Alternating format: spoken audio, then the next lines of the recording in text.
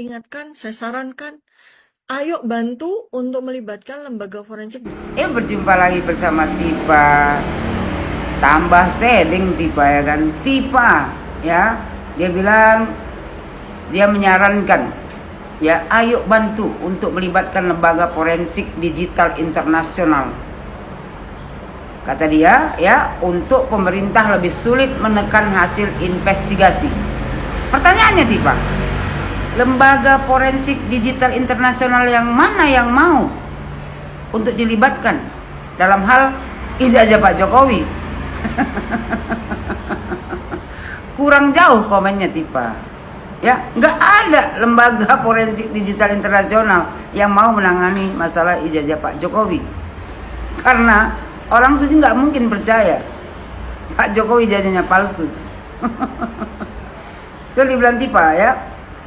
Kata Tipa, ya kan, jika bukti forensik ini bisa dibuktikan secara global, maka skandal ini bisa menjadi bukan hanya menjadi masalah nasional, tetapi juga menjadi isu internasional yang akan mengguncang kredibilitas Indonesia.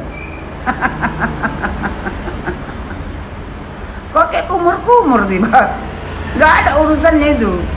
Kata Tipa lagi, maka ketokohan ya Presiden Prabowo sangat diharapkan untuk bisa menjadi tokoh yang netral dan objektif. Bukannya Pak Prabowo sudah netral?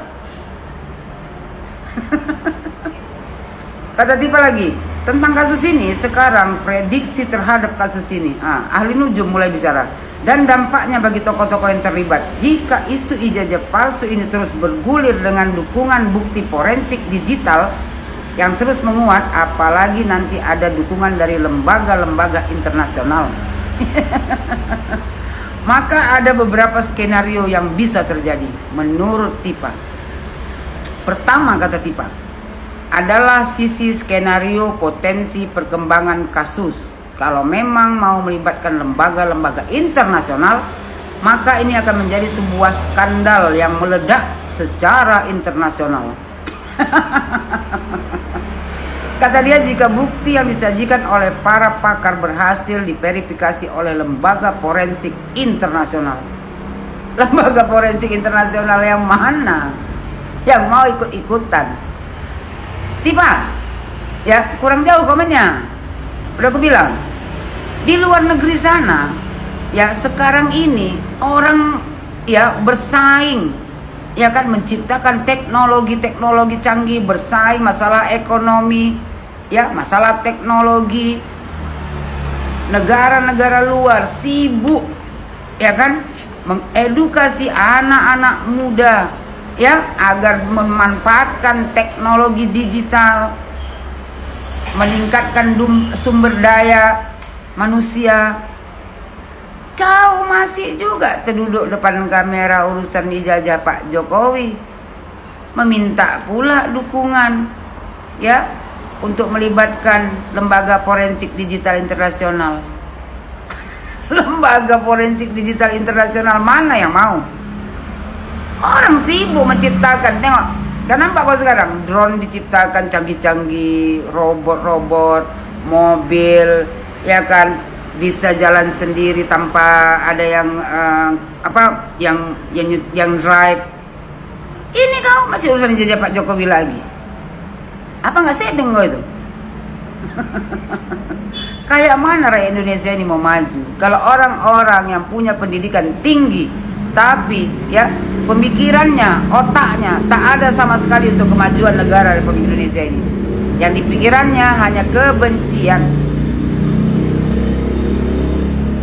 Indonesia ini ya, anak-anak muda harusnya kita nih ya selaku orang tua harusnya tuh ya memotivasi anak-anak muda untuk maju, bisa bersaing dengan anak-anak muda di luar negeri sana.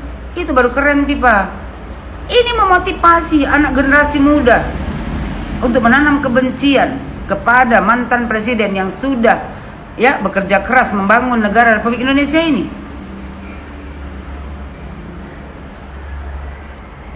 Mau jadi apa Indonesia ini?